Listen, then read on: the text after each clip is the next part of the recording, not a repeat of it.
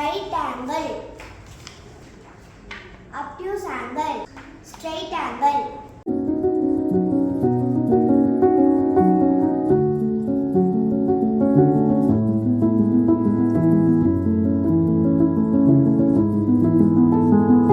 Let's see the definition of acute angle. Acute angle is an angle that measures above 0 degree but less than 90 degree.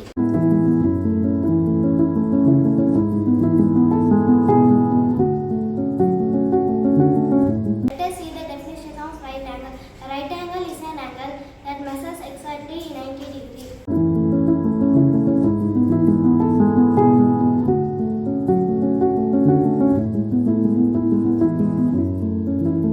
Let us see the definition of obtuse angle. Obtuse angle is an angle that measures more than 90 degree but less than 180 degree.